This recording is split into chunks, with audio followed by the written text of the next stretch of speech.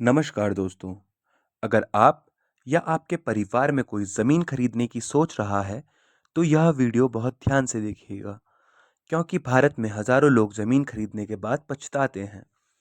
लोग अपनी पूरी ज़िंदगी की कमाई लगाते हैं, लेकिन सिर्फ एक गलती कर देते हैं, कागज़ चेक नहीं करते और बाद में पता चलता है ज़मीन डिस्प्यूट में है, लोन चढ़ा हुआ है या ज़मीन रेसिडेंशियल ही नहीं है। आज मैं आपको वो 7 ज़रूरी डॉक्यूमेंट्स बताऊंगा जो चेक किए बिना कभी ज़मीन मत खरीदना, चाहे सेलर आपके जान पहचान का ही क्यों ना हो। प्रॉब्लम। सबसे बड़ी गलती लोग ये करते हैं, वे ज़मीन देखकर खुश हो जाते हैं। लोकेशन अच्छी है, प्राइस कम है, डीलर बोलता है आज एडवांस दे दो, कल कोई और ले जाएगा, और लोग जल्दी में टोकन मनी दे देते हैं। लेकिन बाद में पता चलता है ज़मीन पर पहले से केस चल रहा है, ज़मीन खेती की है, घर बनाने की नहीं, बैंक का लोन चल रहा है, असली मालिक कोई और निकलता है। फिर शुरू होते हैं कोर्ट के चक्कर, पैसा भी फंस जाता है और ज़मीन भी नहीं मिलती। प्रोसेस। Number 1, registry. सबसे पहले रजिस्ट्री देखो। जिस आदमी से खरीद रहे हो, क्या उसी के नाम रजिस्ट्री है?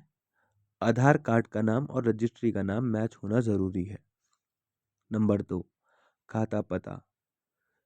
ये प्रूफ होता है कि ज़मीन नगर निगम या पंचायत रिकॉर्ड में रजिस्टर्ड है। अगर खाता नहीं तो फ्यूचर में प्रॉब्लम आएगी। नंबर 3, 143 या लैंड यूज़। बहुत इम्पॉर्टेंट, ज़मीन रेसिडेंशियल है या एग्रीकल्चर। अगर 143 नहीं है तो आप लीगली घर नहीं बना सकते। नंबर 4, इससे पता चलता है कि ज़मीन पर कोई लोन या कोर्ट केस तो नहीं चल रहा। बिना इसी चेक किए कभी डील मत करना।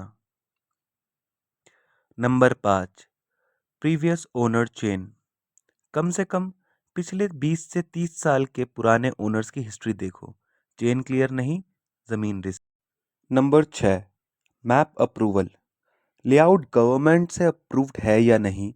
अगर अप्रूव्ड नहीं है तो फ्यूचर में डिमोलिश्ड भी हो सकता है। Number 7, road access. ज़मीन तक लीगल रास्ता होना ज़रूरी है। कई बार लोग खेत के बीच में प्लॉट बेच देते हैं, बाद में रास्ता। रिजल्ट।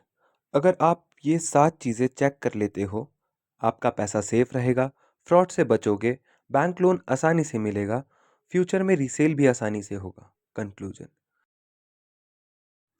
ज़मीन ज़िंदगी में बार बार नहीं खरीदी जाती, इसलिए जल्दबाजी बिल्कुल मत करो। याद रखो, टोकन मनी कभी मत दो जब तक सारे डॉक्यूमेंट्स वेरीफाइड ना हो जाएं। ज़रूरत पड़े तो किसी लॉयर या जानकार व्यक्ति से पेपर वेरीफाई ज़रूर करवाओ।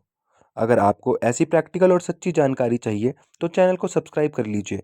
यहाँ आपको ज़मीन सिस्टम और रियल जानकारी सरल भाषा में मिलेगी।